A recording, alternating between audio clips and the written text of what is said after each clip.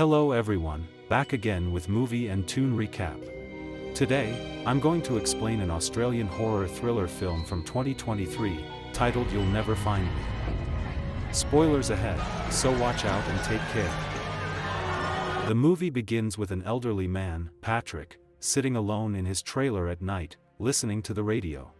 A nostalgic flashback plays, showing a woman standing outside his car on a rainy day, with the haunting melody of Sleepwalk in the background. As the rain pours down outside, Patrick gazes at a mysterious vial filled with a clear liquid, then puts it away as a strange creaking noise echoes from the roof of his trailer. He looks around nervously and stares into a dark room. Just then, there is a knock at his door, which he opens after some hesitation to find a young woman, drenched from the rain, asking for a ride into town. He invites her in, offering a towel and a hot cup of tea. However, she declines, saying she won't be staying long, especially after learning that his car is out of commission. She asks to use the phone, but Patrick ignores the request and instead offers her some dry clothes. When Patrick asks the woman where she's coming from, she claims to have come from the beach, which seems unlikely to him given the considerable distance. When she asks again to use his mobile phone, Patrick pretends he doesn't have one and instead offers her coins to use a payphone, providing directions but warning her that it's located outside a locked gate and would be unsafe to access alone at this late hour.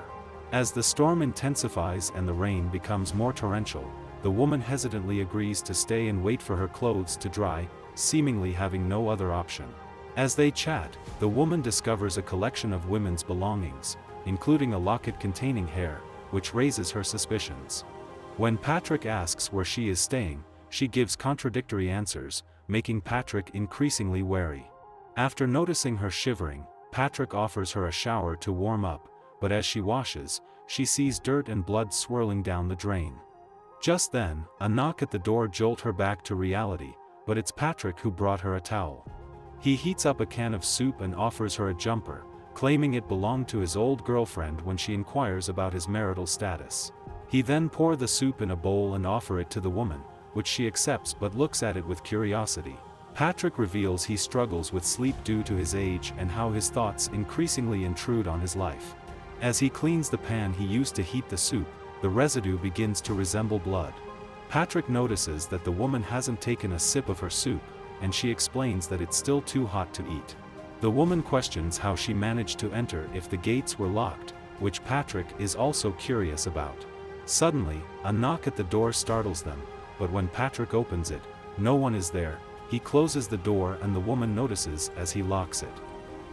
Patrick explains that mischievous kids in the trailer park often play pranks on him by knocking and running away.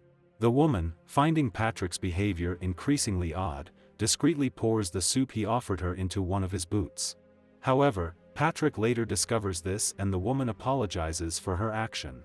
Suddenly, the power goes out and they both head to the fuse box to investigate. The woman uses a flashlight to illuminate their way, and for a brief moment, she thinks she sees blood on a hammer, but it's just her imagination. She notices what looks like bleeding scratch marks on Patrick's back and offers to get him something from the medicine cabinet to treat his wounds. While searching the cabinet, she makes a disturbing discovery: her own earring, nestled among many others in a pillbox. The woman gets alarmingly suspicious and demands to leave immediately. However, Patrick refuses, saying she can go when the storm subsides. She confronts him about her earring, but Patrick becomes angry, accusing her of rummaging through his belongings. An argument escalates between them, but Patrick suddenly calms down and tells her the door is unlocked if she wants to leave. Despite his permission, she looks out at the heavy rain and chooses to stay, preferring the uncomfortable trailer to the fierce storm. As the storm continues to rage, Patrick offers her a drink, and they play a game of bullshit to pass the time. Patrick confesses of lying to her, revealing that he was indeed married. He met his wife at a gas station where she asked him to buy her a bag of chips. When the woman asked how she died, Patrick reveals that his wife died of an overdose. The woman admits of lying too, and as they drink, she notices lipstick on her glass, raising her suspicions again. Just then, a loud storm burst out, prompting Patrick to rush outside. Left alone, she hears a phone vibrating in the previously unexplored back room. She discovers the phone, full of several missed calls belonging to a dead woman lying under a sheet on the bed. Suddenly, Patrick burst into the house, and the woman quickly hid in the room they visited earlier. She tries to escape through the roof, hitting a skylight with the same previously seen hammer, which suddenly is once again covered in blood. She went to the front door but discovered its lock, and soon, she is caught by Patrick. He then ties her up and drugs her with the vial containing GHB solution. Patrick drags her back to the back room and tells her about how he killed his first victim. He describes how she arrived at the beach during a storm, asking for a ride, and how she had a distinctive tattoo on her ribs.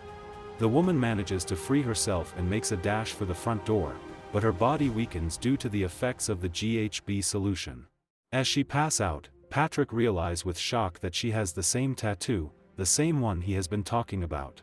And then it hits him, she's the same woman he thought he had killed all those years ago. Terrified, he descends into a nightmarish scene in which he is confronted by all the women he has killed in the past. And hears the police relentlessly knocking on his door.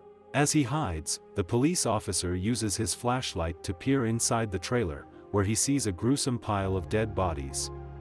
He is suddenly pulled into darkness, in which he hears the sound of his father on a ventilator, referencing a story he told the woman earlier about his childhood. He emerges from the darkness covered in blood and distraught. And the woman forces him to empty the vial of GHB into the bottle of whiskey and drink it. As the other murdered girls cheer him on, he reaches for the bottle of whiskey, and the woman forcefully puts it in his mouth, leading him to overdose. Patrick opens his eyes, to find that there was no storm and that he was hallucinating everything, including the woman. Suddenly, he hears a knock at the door and he opens it to find children running away, having played a prank. He then reaches into his pocket, to find an empty vial of GHB. He laughs incredulously as he understands that in his delirium, he drank the solution and goes back indoors. We cut to the outside of the trailer, where we hear him collapse and die as the movie concludes. Okay guys, that's all the recap about You'll Never Find Me from 2023. Thanks for watching, see you again in the next video.